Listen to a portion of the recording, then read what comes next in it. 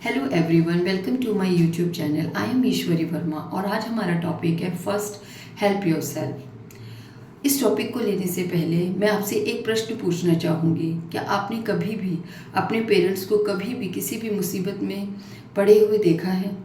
I am sure हम सभी ने देखा है। और जब हमारे पेरेंट्स मुसीबत में होते हैं तो हम सबका एक बीइंग अ चाइल्ड एक इंस्टिंक्ट होता है उनको हेल्प करने का। अगर हमारे पेरेंट्स इमोशनली हर्ट होते हैं हम उनको इमोशनली सपोर्ट करते हैं, अगर वो फिज़िकली हर्ट होते हैं हम उन्हें फिज़िकली सपोर्ट करते हैं, और अगर हमारे पेरेंट्स फाइनेंशियली किसी ट्रबल में होते हैं तो हम उनको फाइनेंशियली सपोर्ट करना चाहते हैं।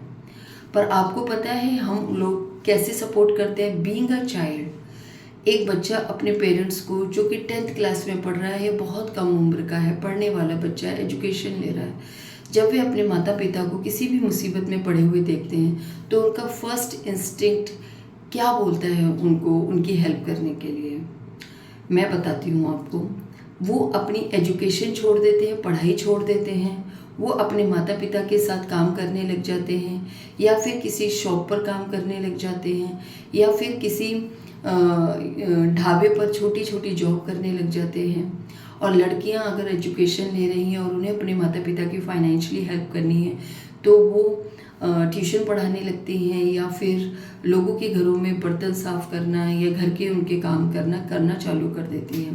पर क्या आपको लगता है कि इस तरीके से उनके माता पिता की कोई एक्चुअल हेल्प हो पाती है? तो मुझे ऐसा लगता है यस, वो हेल्प तो करते हैं बट शॉर्ट टर्म हेल्प होती है। क्योंकि एक समय तक पेरेंट्स को भी लगता है कि हाँ हमारे बच्चे हमारी हेल्प कर रहे हैं, और बच्चे को भी लगता है कि हम अपने पेरेंट्स की फाइनेंशियली हेल्प कर रहे हैं।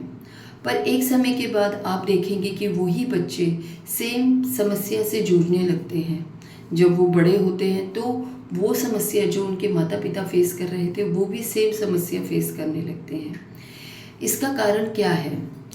इसको हम इस एग्जाम्पल से समझते हैं, जैसे कि किसी को वायरल हुआ है।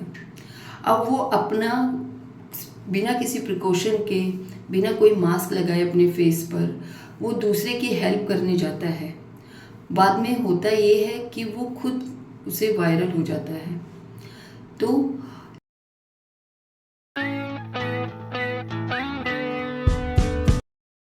तो इस एग्जाम्पल से हमें ये पता चलता है कि कभी भी जीवन में कोई भी समस्या आती है तो हम उसका शॉर्ट टर्म सोल्यूशन ना निकाल के उसका परमानेंट सोल्यूशन निकालें।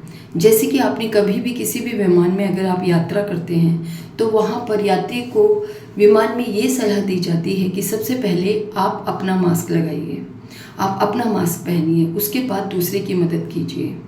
मान लीजिए कोई व्यक्ति अपना मास्क लगाए बिना दूसरे की मदद करने के लिए जाता है और वो बीच में ही बेहोश हो जाता है। अब वो दूसरों की क्या वो मदद कर पाएगा? अब वो खुद एक लायबिलिटी बन गया है दूसरों के लिए। तो वो व्यक्ति जो एक एसेट बन सकता था वो एक लायबिलिटी बन गया। तो अगर आप हमेशा ये चाहते हैं कि आपकी कोई भी प्रॉब्लम हो और उसका सॉल्यूशन परमानेंट निकले, और वो ऐसा सॉल्यूशन हो जो आपको जीवन में वो समस्या दोबारा ना आए, तो उसे आप, जैसे अगर हमारा खुद का कप भरा हुआ नहीं है तो क्या हम कभी किसी दूसरे का कप भर सकते हैं? So first help your self means कि पहले आपको अपने आप को सशक्त करना है। वो बच्चे जो अपनी पढ़ाई छोड़ देते हैं या अपनी पढ़ाई छोड़कर ढाबे पे काम करने लगते हैं या ट्यूशन पढ़ाने लगती हैं लड़कियाँ, उनको वो पहले कमज़ोर हैं, अभी वो खुद अपने में मजबूत नहीं है, इंडिपेंडेंट नहीं है। अगर वो अपने पेरेंट्स की हेल्प भी करना चाहते हैं तो वो बहुत शॉर्ट टर्म हेल्प होगी। अगर हम रियल में अपने पेरेंट्स को प्यार करते हैं तो हमें उनकी लॉन्ग टर्म में हेल्प करनी है, हमें उनकी सॉल्यूशन का लॉन्ग टर्म में सॉल्यूशन निकालना है, परमानेंट सॉल्यूशन निकालना है। क्योंकि अगर हम इमोशनल ड्रिवन हो जाएंगे किसी भी समस्या को देखकर तो जो हमारा डिसीजन होगा वो बहुत शॉर्ट टर्म होगा। हमेशा समस्या का हल आप ऐसे निकालें कि वो दोबारा समस्या आए ना हमारे जीवन में। तो आज इस टॉपिक से हमने क्या समझा? आज इस टॉपिक से हमने समझा कि first help yourself by educating yourself, by becoming skilled. Second हमने सीखा it is not selfish if you think about yourself first. Even it is a empowering thing, because if we are strong enough, then we can help to the other person. और तीसरा हमने सोचा, कभी भी किसी भी समस्या का शॉर्ट टर्म सॉल्यूशन ना निकालें, हमेशा हर समस्या का परमानेंट सॉल्यूशन निकालने की कोशिश कीजिए। Thank you so much.